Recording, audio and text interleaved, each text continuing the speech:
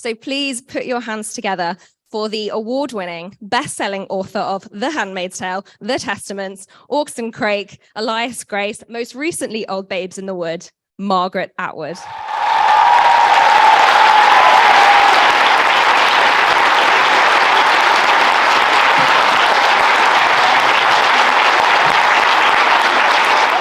I'm really curious, if you were creating Gilead today, what would be different about it? Would there be anything that much different about it?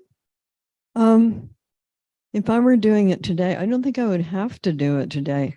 It wouldn't have the shock value. People would say, so, new, so, yeah. Apart from the outfits. Maybe we haven't got to the outfits yet in the United States.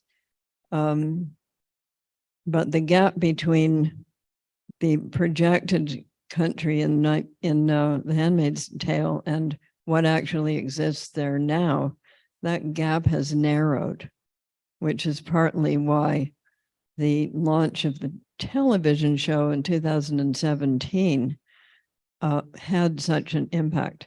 Had Hillary Clinton won the election, people would have said, good show, well acted, but it's a fantasy. This is not what they said. They said, here it comes. Obviously, women don the red capes and the white hats all over the world to protest different kinds of movements. How does that feel for you when you see that happening? Well, let us consider why that happens. First of all, it happens in an age of television. If we were still in an age of radio, that wouldn't be happening. Something else would. It's very, very visual. It's very smart because you can go into a legislature in this outfit. You cannot be ejected for creating a disturbance because you are not creating a disturbance. And you cannot be ejected for dressing immodestly because you're very well covered up. So you can sit there modestly with your bonnet on, and the television cameras pick you up. You're very visible, and people looking at that understand the statement without you having to say a word. So that is why it has been successful as a protest image. It's because it's immediately understandable, and they can't kick you out. When we were launching the series, we were in a place where there were some real protesters, and there were also some actors that we had dressed up as protesters, and you couldn't tell the difference. You could not actually tell the difference.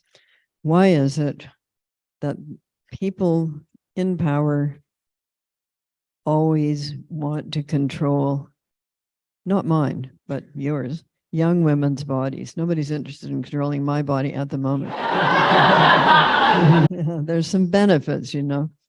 But it's young women's bodies because that's where future people come from up to now. We're not in Brave New World yet. They're not all coming out of bottles. So that is why, and it's always been, I won't say a conversation, I will say a power struggle. Who gets the babies? And that is why I begin Handmaid's Tale with a quote from the Bible. It's the Rachel and Leah baby contest that did not involve just two people, it involved four people.